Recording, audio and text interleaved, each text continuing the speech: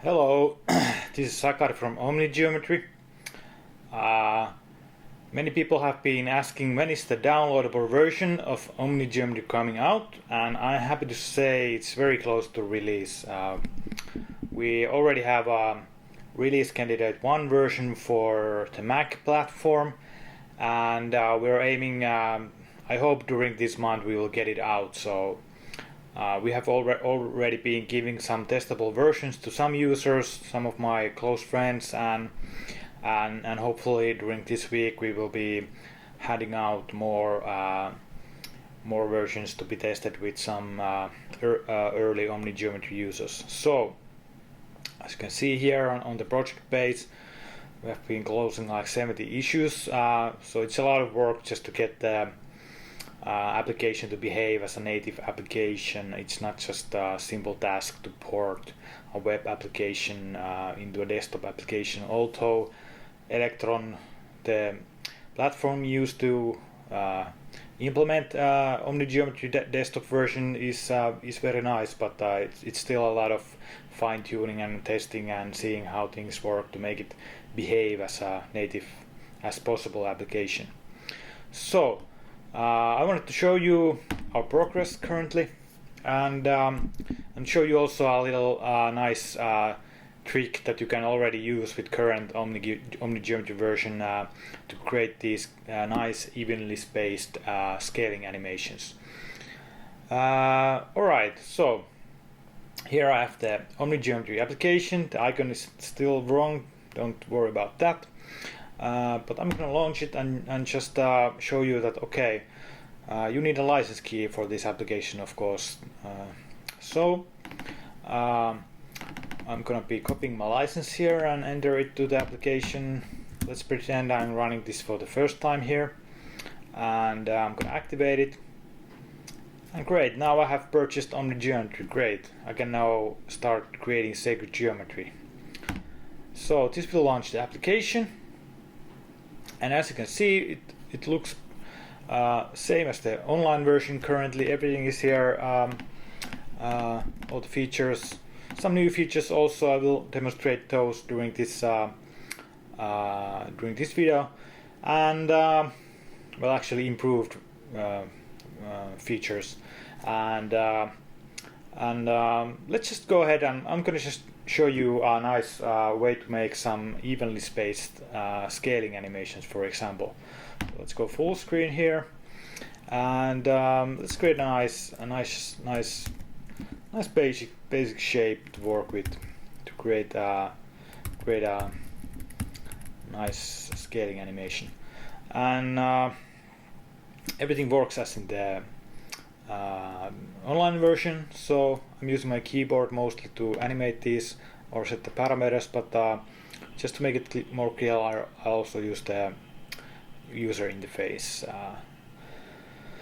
So let's animate that and set the scale mode to saw wave, so it's only one direction, and we can swap that so it comes from the nothingness towards us.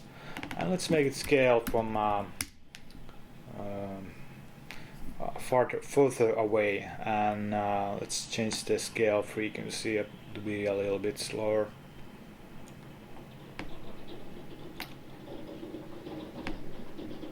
Alright, that's pretty nice. And the trick I'm gonna be showing here is how to create like if I would like to copy this one layer and to create a nice effect of animating this layer in or multiple instances of the same layer with a perfect scaling distance between those. So how would I do that? So for that I can let's first reset the scaling. So now it's at the initial position of scaling, and now what I'm going to do is I'm going to use the step 1 frame option that can be doubled with the what's that called, tick key or whatever in English, and I'm going to be counting frames between copying this layer with the step animation feature. So what I'm going to do is I'm going to press the step animation, step 1 frame of animation on the keyboard, like this. So let's run that for 16 frames, for example. So I can see here how many what is the current frame of step animation I'm operating with. So let's set that to 16. So now I'm gonna copy this layer with layer and copy at animation start, which will copy the layer without the animation parameters. So it will be copied at the beginning of the animation actually, not at the 16th frame. So I'll do that. So it will copy it at the beginning. And now I will add 16 more frames to this current layer. So that will make it to 16 plus 16 is 32. So now I'm gonna copy it again without the animation, like this. And I'm gonna repeat this process. So next point would be 48. And again, and then I'm gonna go to 64. 48 plus 16 is 64. And again, 64 plus 16 is 80. I'm gonna repeat this process until I have a nice amount of these layers. And next is gonna be 96. Then 96 plus 16, that's 112. And you can count these yourself and experiment with different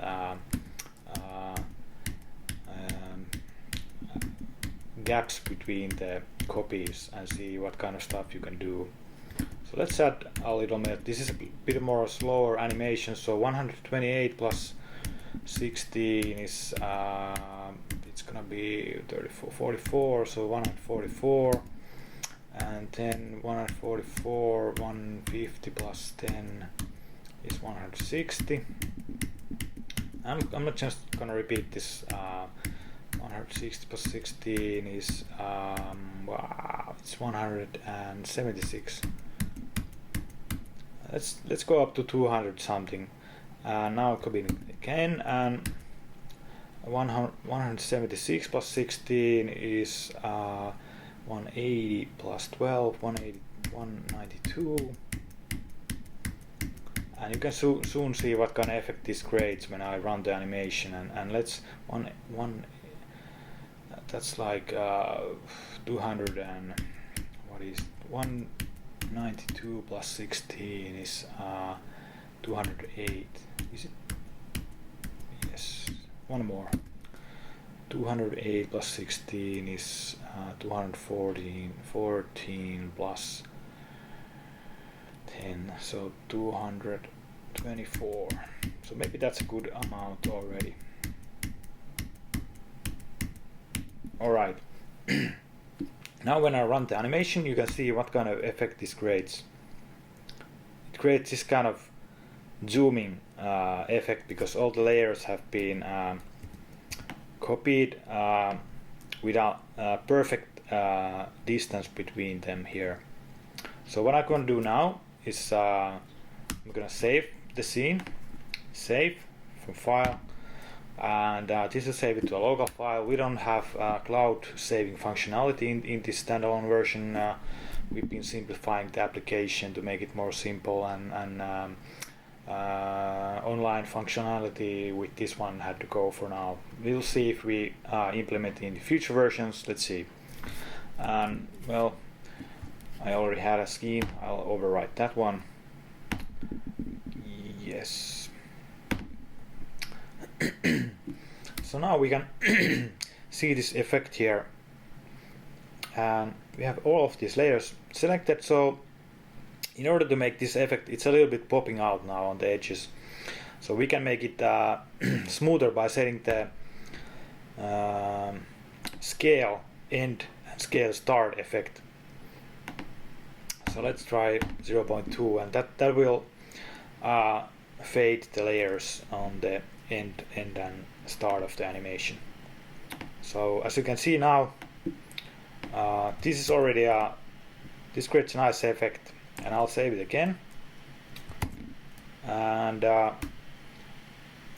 with this you can already play around and make some nice effects, and I'm not gonna start changing the colors here. That would take some more time. We could change all of the layers of the colors of the layers to make it much nicer. But you can already like test out some of the tracing stuff, for example, with this to see that you already get to see pretty nice effects with this one.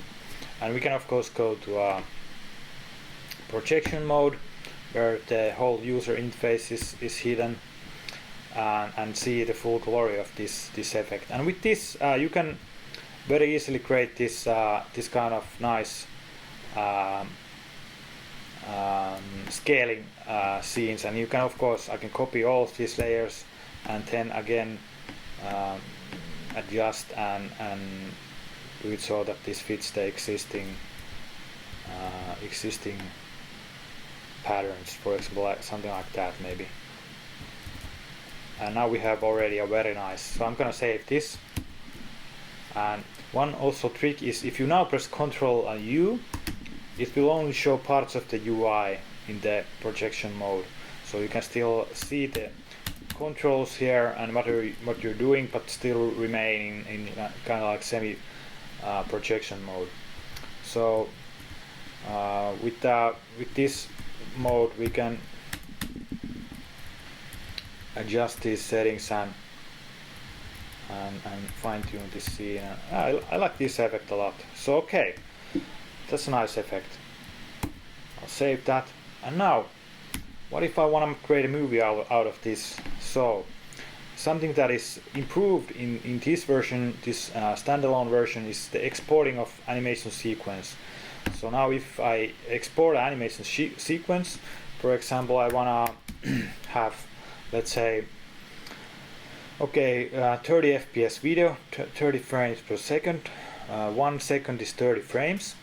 So I would need, like, let's say I want to do a 10 second video just for a quick share, or 20 seconds. So let's do 20 seconds. 10 seconds would be 300 frames, and 20 seconds would be 600 frames. So let's do 600. Well, for testing purposes, I'll put it 300. So that's going to be 10 seconds of animation. And you can do any resolution. You can do high def. Let's just run with this canvas size now, and I'll show you how that works in the standalone version. So I'll create a new folder.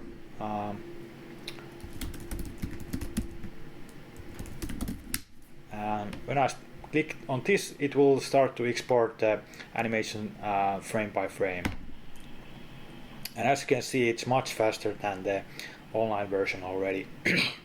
So this is a much easier way to export your animation and create a nice movie out of that.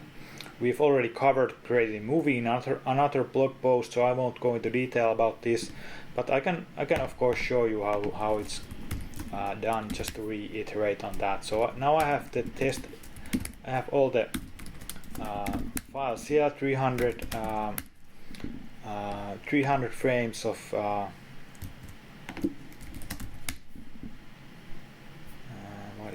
it's a different here, 300 frames of animation like this. And I have already a command here I can do to create an animation using FFmpeg. I have it in my command history, so I'll just run that, and now it will create the animation movie very easily. And okay, it's done. So I have this